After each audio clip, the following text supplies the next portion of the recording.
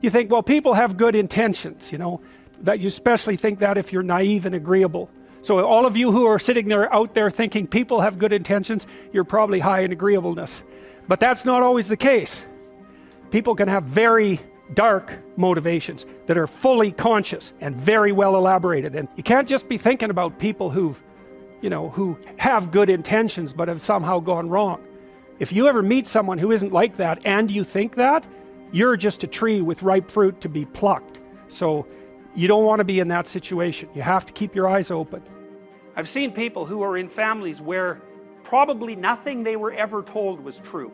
Like it was never just true. It was always twisted and bent in some way by whoever was talking to them for the purposes of that person. Power or domination or positive illusion or delusion or something. Like all the communication within the family was motivated.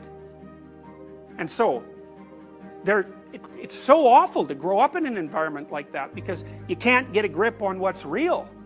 And then, you know, it can get worse than that in that the person will tell you that they love you and they'll act all sweet, but every time you do anything that's even vaguely productive and useful, they'll just criticize you to death.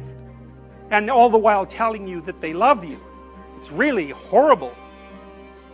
And that's all tangled up with deception and lies. And it's a weird thing because if you look at the Freudian hypotheses, you'll notice that Freud attributed an awful lot of psychopathology to repression, right? But I think the distinction between repression and self-deception or deceit is very permeable. It's like, what's the difference between repressing something and lying to yourself about it?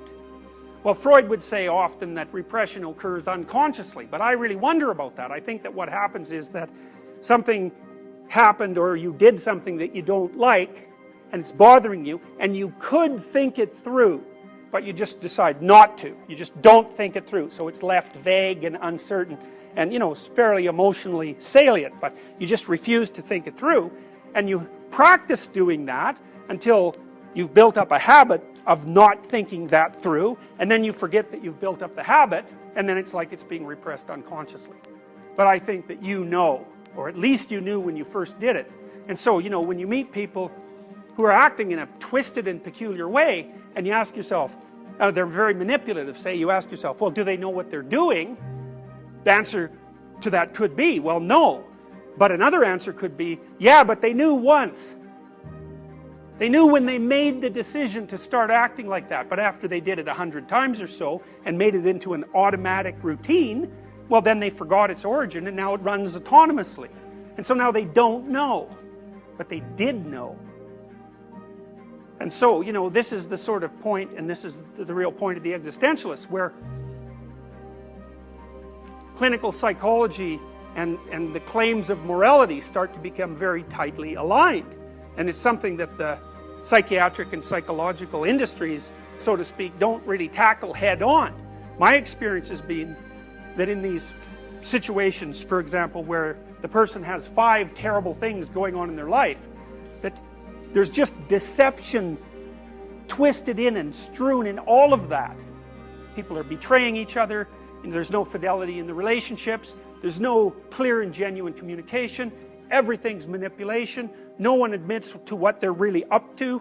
You know, there's a lot of false and saccharine love, which has absolutely nothing to do with love. It's all for appearance, you know, and you cannot be healthy in a situation like that. I don't think, in my experience, you know, apart from terrible luck, because, you know, you can get cancer, diabetes, or any number of awful things. In my experience, apart from the tragedies of life, there is nothing that hurts people more than deception. Lies do people in. Because, you know, it's one thing to be hurt. You know, maybe you break your leg. That's one thing. It's another thing to be attacked by 2 or 3 people who break your leg and do everything they can to demean you at the same time. It's like lots of people break their leg and they're not traumatized. It's very few people who can go through the latter experience without being, you know, seriously and permanently damaged. I talked to David Buss and Robert Trivers within the last month. Great evolutionary biologist, great evolutionary psychologist. Trivers told me he'd looked at a new paper on psychopaths. He's very interested in psychopaths because one of the problems human societies have is Well, how do you keep the really malevolent types under control? Now, women solve that problem in part by being unfortunately predisposed by their nature, we might say, to want men who are somewhat aggressive. Because you need someone around who's a little monstrous to keep the real monsters away. And so women have this tough choice to make with men because they need someone who's strong enough to be protective, let's say, in an intimidating manner when the circumstances warrant it, but also simultaneously productive, kind, and generous enough to share. And those two things are somewhat antithetical. And you see that's variation in the personality dimension, agreeableness. The really disagreeable people, they're kind of self-centered, harsh, and blunt. But really agreeable people, they're complete bloody pushovers. And so agreeable people are nice and kind and empathetic and all of that. And those might be wonderful traits, particularly if you're taking care of defenseless infants. But they lay you open to predation by Machiavellian psychopaths. And so it's very hard for us to figure out how to thread the needle, say, so that we can be simultaneously kind enough to be kind to infants and, tough enough to regulate our societies. And you know what's really interesting too is because I've had a lot of clients who've had PTSD, and without exception, every single one of them was induced by one form of malevolence or another. They have to develop a very sophisticated philosophy of good and evil to get out of it, because they have a worldview in which those things don't really exist. There's no such thing as pure malevolence. Well, that's fine unless you encounter it. And then as soon as you encounter it, you won't know what to do.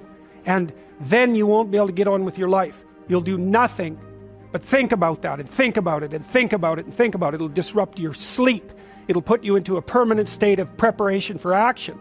Because the part of your brain that's detected that, which in my estimation, by the way, is the same part, at least in part, that detects snakes. It's the same damn circuit. Once it's seen something like that, it is not going to let you go till you figure it out. And there's no going back. There's no saying, oh, the world is safe. It's not safe. Not at all.